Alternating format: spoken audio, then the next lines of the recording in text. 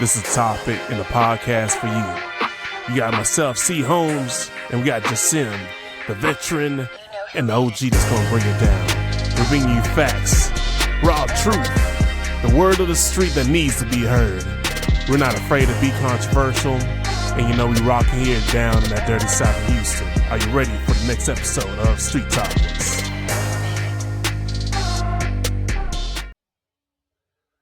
What up? It's another episode of Street Topics. I know it's been a while, but we're going to get things going. We have a very interesting topic that's causing a lot of controversy. So, Street Topics is definitely going to hit on it. But that I can't just do this on my own. I got to bring the general, the one that's going to be no lies, and he ain't going to hold nothing back. He going to lay it down and say what is on his mind. No filter, unapologetic. I'm talking about the general, one and only, Jasim. Let's bring him in.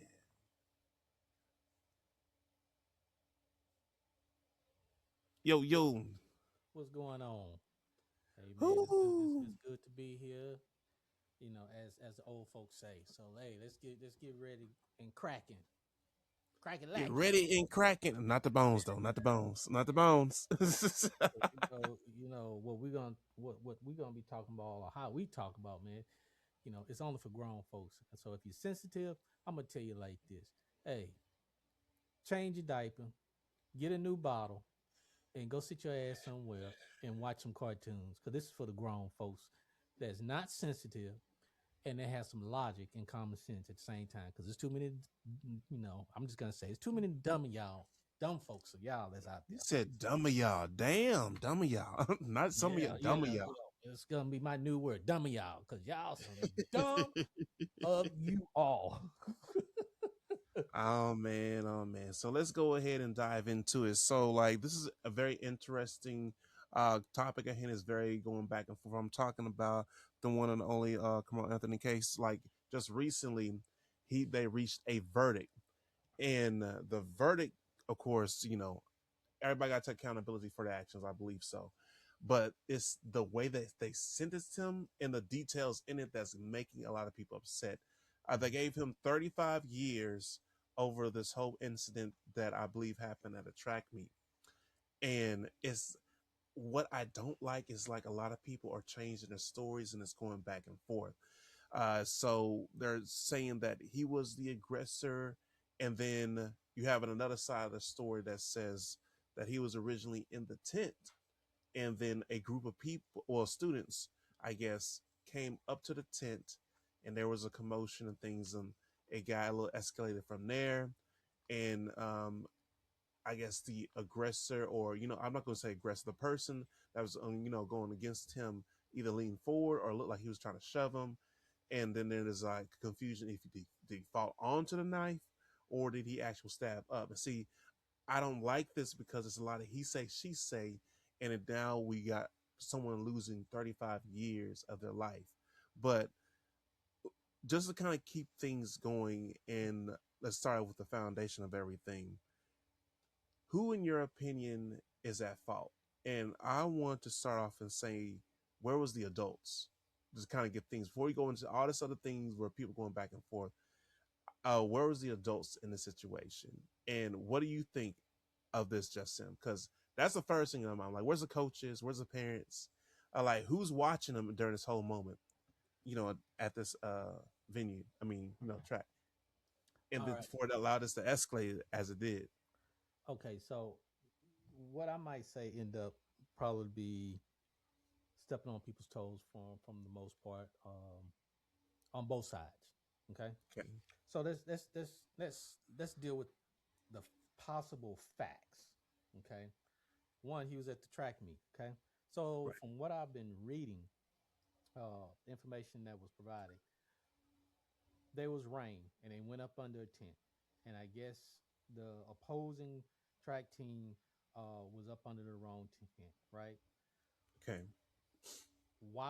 First thing is, why was there a conflict about two different teams up under a tent that had, even though one of them was up under the wrong tent, that has nothing to do with trying to stay out of the rain, right? So that shows immaturity, Okay, At its at, finest, at its yes. finest, and that immaturity is also can be blamed at the age of the individual on the parents not being able to teach your child what makes sense, what is logical. Is it worth getting into something minor as such into a fight? Okay. Two, why would you need a 5-inch knife at a track meet? Okay. Okay. What is the purpose of having one there when your duty and responsibility is only to run in the race? Okay. Okay, That so let's because a good one. I'm play devil's advocate because I want to get both sides. Number one, I do definitely agree. Like, why you bringing a knife when you're up? Your main focus should be on your running your events. You mm-hmm. shouldn't be wearing that at all. Now, what I have heard on the other side, like parents or some have said, like maybe that was self defense. Maybe protection because they're in a track meet, knowing how things are going in this world. Uh, and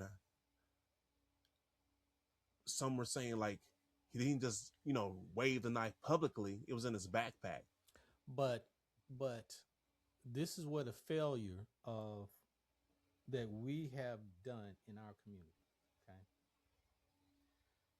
is that we don't teach our black men that some things in some places that you don't take, okay, because and I want people to listen because we already have two strikes against us. We're black and we're male. Are we black or you're a black female? That's two strikes already. In this systematic, so racist, white supremacist system is waiting for the third strike.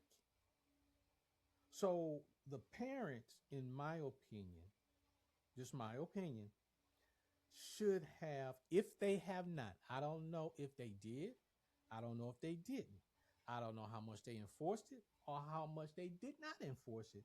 But the idea you don't take a 5-inch knife to a track meet. And if there was any issues that might have come up, why, if that is the case, he didn't bring up to his parents, and why the parents didn't bring it up to the school. Now, if there was issues at the track meet, and if they was thinking something's go crazy, we have seen white kids shoot up schools, not going around with knives and trying to stab somebody. So why would you bring a knife to a gunfight? So you have that as well. And let me go ahead and hit this now because just off your comments, I can just tell you there's going to be someone in the comment section be like, "Oh, here we go, just another racist podcast. They're making it all about race and not looking at facts or all of emotions and things like that." Because that is going to come in the comment section. Well, the thing Uh, about it is this: the system, racism, is the group or the race that has the money, the power, and the control. And the last time I've checked, which is today, and the time before that, which was yesterday, and the time before that, so almost half a century, I have seen it's only been white people that's doing the races because they have the power, the control, and money to influence, to make the decisions. Who's in the White House? White. Who's majority that are in the legislature branch? White. Who's majority in the judiciary branch? White. Look at your state. Who's majority running the state in what race? White. And anytime blacks try to get a representation, what did they do that the White House just been pushing so they can keep Republicans in office? What are they doing? They are redlining again. And how many times they keep redlining, and it's a historical fact. The reason why they do it because they want to white men want to maintain power and control. And if I go in history, it has happened centuries everywhere white tees go. They steal, kill, and destroy, and they use a false narrative to say that the places they go, the people are savages. when in fact they are the savages. They Okay, go ahead. so all right, real quick, because I gotta like make sure I hit them both sides, because they gonna come up with these other comments. So hitting both Yeah, angles. they can say All right, whatever so because I know, the I facts know. the facts are the I facts. look, I know, but I'm trying to like put them all out there, because so they won't be like, oh, you just hit one point of view. So now the opposing view that we hear a lot of times is we give open opportunity. Y'all know you love that one. Open opportunity, just like any American citizen, to pursue those kind of positions to make an impact into the community. If they are able to, of course, get supports, rally, and then are now in a position to now make an impact in when it comes to legislative laws and much more. What opposing views would like to say is we can't be blamed that nobody has stepped up or attempted, or you had enough people to try to make those take advantage of those opportunities, because they Okay, believe that it is equal. because they are in their white privilege mentality and their racist mentality, and some of them don't realize they were ingrained and taught to be racist. That's just be real, okay?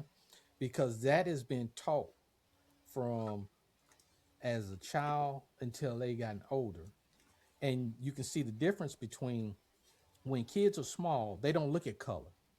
When they get older, they start looking at color. So when they get older, who's teaching them that? Several psychologists and then experts said that the same thing, because you're Okay, taught based on your environment. so if that's the case, right, then it is based on color. And the other part is the fact, if you see one black person succeeding, this is the mentality of the whiteys. They think all blacks can do that. All blacks. And that is not a realistic understanding. That is not real. Just like when they say blacks commit the most crime in the United States, that's a lie. We make up only 12% of the population. So if we make up 12% of the US population, how can we make up 50% of the crime? The numbers does not add up. That does not make any sense logically, and the numbers doesn't make sense. So it is the whiteys that want to believe these false narratives so they can feel good about who and what they are and the privilege that they have and don't want to share it. To me, that is a individual that is loving their privilege but want to play the victim, because whiteys always have an issue with you bring up something that is factual, that's related to race, and then they gaslight you and play the victim. Okay, so as I know, these audience always want like show me the facts. So what I'm gonna pull up, I'm gonna try to do this on the screen. So excuse me, I'm using a different kind of platform, but we're gonna keep rolling with it. Is like I'm going to pull up statistics real quick from the like the FBI website .gov. That's gonna show certain statistics. Let's see from, and this is I guess from 2019. But this is just like kind of give you an overview. Now it takes time for them to like update the census and all that much more. Well, But it's just kind of it's not just that. Sorry to interrupt, but it's just not that. Now you have a bigot president in office, right? And now he has it where he doesn't want that kind of information tracked to show how bad white men are and how white people are worse than blacks, Hispanics, Asians, and other groups of people. He doesn't want that. He wants the narrative that all blacks are bad, all brown people are bad. That's what he wants. And so you may not get the updated version because he's already pushed the idea that he does not want that to be tracked anymore. all right. So with this said, like I hope you can see. If not, I'm gonna try my best to rotate it. Can you see the statistics? If not, I'm about to like read it out loud. Yeah, you have All to right. read it. All right. So we're gonna work with it. So let's look at it. So we're gonna look at murder and manslaughter, basically, and we're gonna look just based on race, real quick. Let's see. first off, let's look at the total, then I'll break it down. When it comes to total, we have, roughly around 6 million cases here. But if you look at whites, it's 4,729,290 compared to African Americans, 1,815,144. Repeat that Significant. again. Repeat that again. So offensive charge. Now, of course, there's a total of 6,816,975. Now we'll look at whites, 4,729,290 compared to blacks, 1,815,144. So that's a big gap. It's a drop. And then you have Asians at only 86,733. And then you have Native Indian about 164,000. And then, of course, Native Pacific Islander like 20,000. But as you can see clearly, majority of these. Now we may have our moments, like for example, murder. We're higher at 4,078, and but 3,650 for whites. But then you jump to rape, which is interesting, 11,588, and then there's blacks 4,427, and so it kind of goes from there. But here's a Now, very interesting thing, and this is my last one: aggravated assault. mhm. 169,467 compared to us, 91,164. So what does that say? We are not as violent as the news media try to portray, and we're not as violent as what white supremacists try to make it out to be. Now, do me a favor. Who who has the highest sex sexual assault and also pedophiles in the United States? What group of people? I'm just going to read off whites. And you're absolutely correct. So why is it? And let me bring this up too, because somebody going to be like, I'm trying to bring it to the screen. But let's see, I'm working on this new platform. So while you're doing that, my question to those that's listening and watching: why is it that we get a very harsh charge that is less in the crime than someone that's white? That shows you the system is racist, is rigged, and you have these KKK There we members. go. You have these KKK members stating and saying that they want a white nation. They've already been controlling, but it shows the ignorance of those that are part of those white supremacists or neo Nazis. Let me break it down how ignorant that they are. They And already we have can clearly see real quick. in the power, but the thing about it is this: it's the rich whites that has excuse the language, mind fucked the poor whites that say that you're better than those people, when in fact you are part of us. At the same time, you're still poor, but they saying you're part of their group, but they not helping you get to the money like what they have. So that shows you the rich whites don't like the poor whites, and they are screwing you over and over again, and you're too stupid to realize it logically. And And let me shut. blacks and minorities have nothing to do with that. And I'm gonna leave it, and then I'm gonna get more. We're gonna get more on the case real quick. But I find it interesting how a lot of people like to feed on the stereotype that we steal. And look at this: burglar, 81,104 compared to us, 34,000. They're the one really stealing, and let's not even get on to like other thefts and motor thefts. 38,719 to 16,409. I mean, like, can we keep going? Like arson. I mean, all these other different and violent crimes. They like basically double what we doing, but Rape. yet we especially rape, and then on top of that, fraud. Because you know how stereotypes is. Mhm. 51,861 compared to 24,000. It's like we've been basically trained to believe stereotypes, and that stuff goes into the courtroom. And now another thing I want to bring up too is the fact that people keep saying that he's the aggressor. Now, here's me. This is my own opinion on it. If I am minding my own business, let's say I'm in a tent. It's rain. I'm just trying to go for shelter. Mhm. If I have a group of people coming approaching me, Mm-hmm. and I don't know who you are, and you saying, "Hey, you need to get out." I'm like, my guard is going to be up. Number Mm-hmm. one, why does it take more than one of y'all to approach me? You could have easily, came to me one on one and just asked nicely or politely. The fact that you try to show off, let's say, in front of your friends and come at this aggressive tone and say, "Hey, you need to move." Mm-hmm. What was your original intent? Like, if you wanted me to move, you could have just said, like, "Hey, I know this is not your tent, but can you please move to another tent because the rest of my teammates will be here." I'd have been like, "Cool, just give me a couple of and then I'll move my way." The fact that you came aggressively with your other friends and then they probably joked around because you know how, teenagers are. You actually escalated to the point. And then what I've heard from some of the other comments too is I don't know the exact verbiage, but like he basically was saying the warnings like, "Hey, just chill out," or like back up, like, "I bet you won't." I mean, common sense, that's enough to stop playing. And if the other student thought that that was harmful, why didn't you get your coach or another adult instead of trying to pretty much prove a point in front of your friends?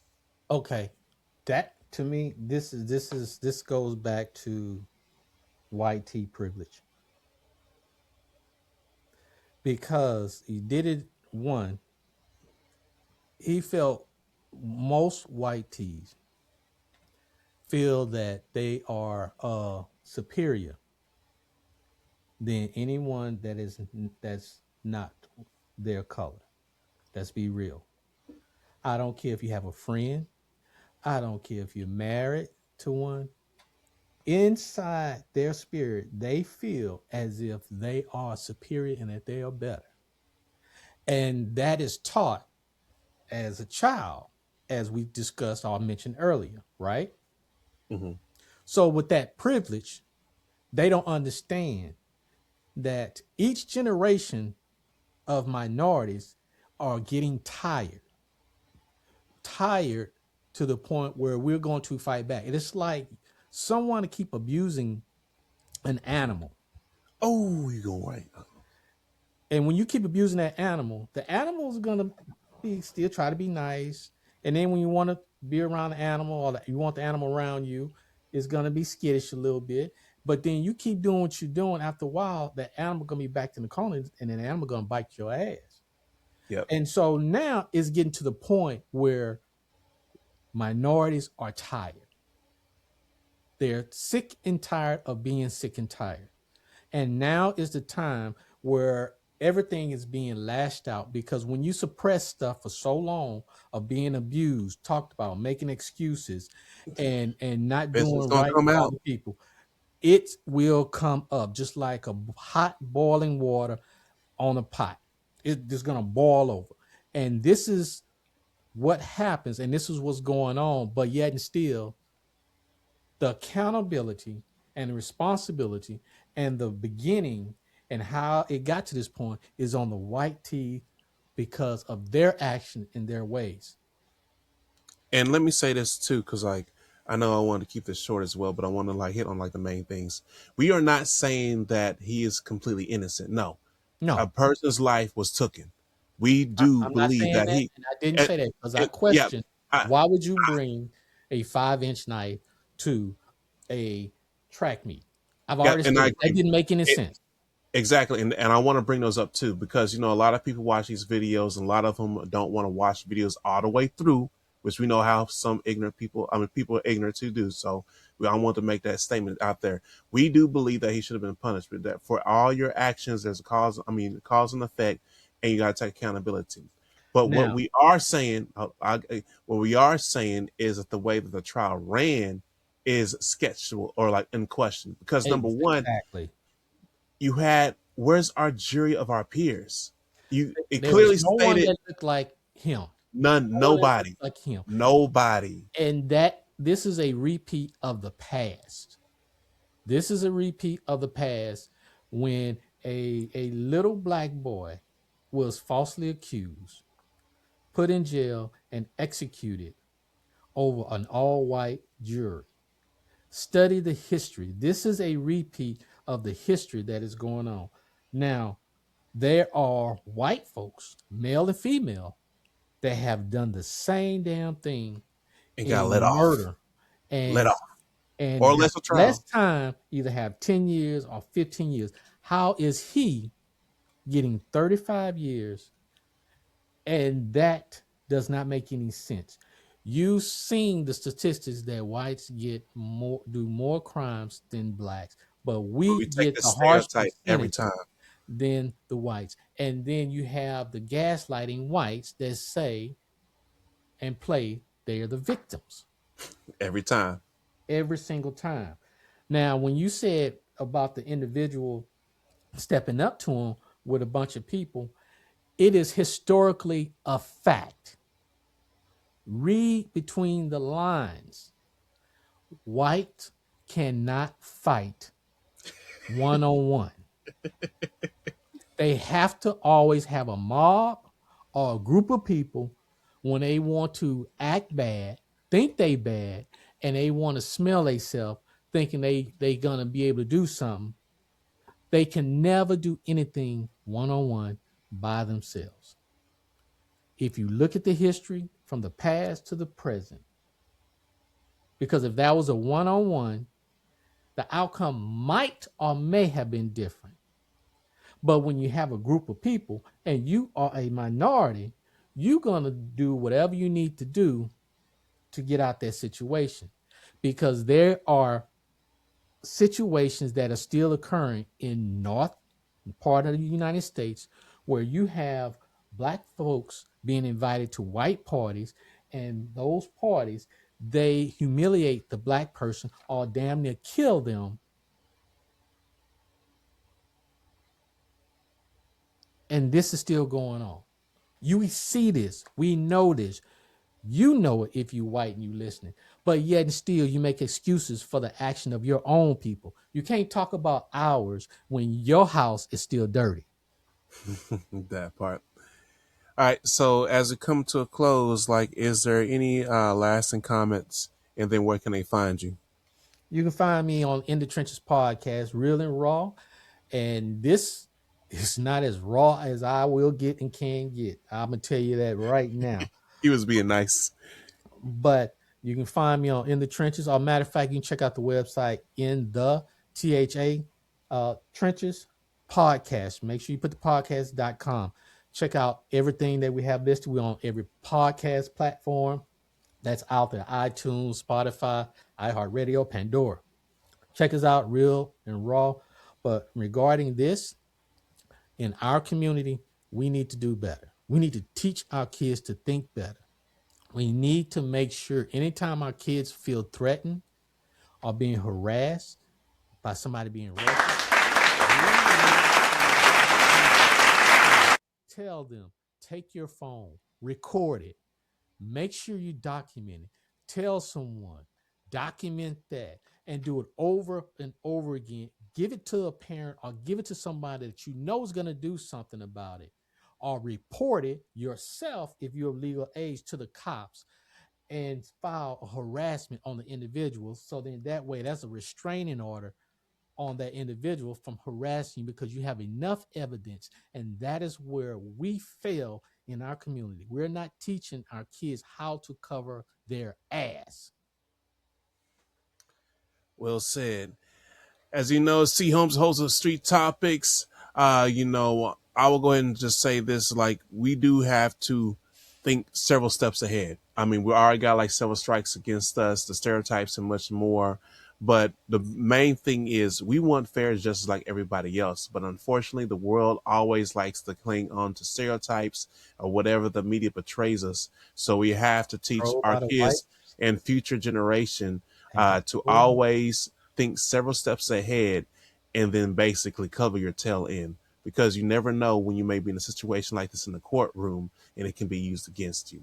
Other than that, you can find me on YouTube at With Soul Production, other social media platforms at C Holmes underscore, and much more. Let's keep this conversation going.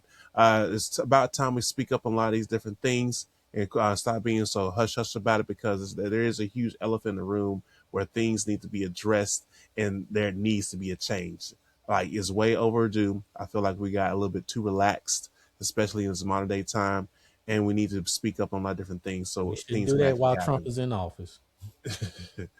But other than that, this has been another great episode of Street Topics, and we'll catch you on to the next one. Peace.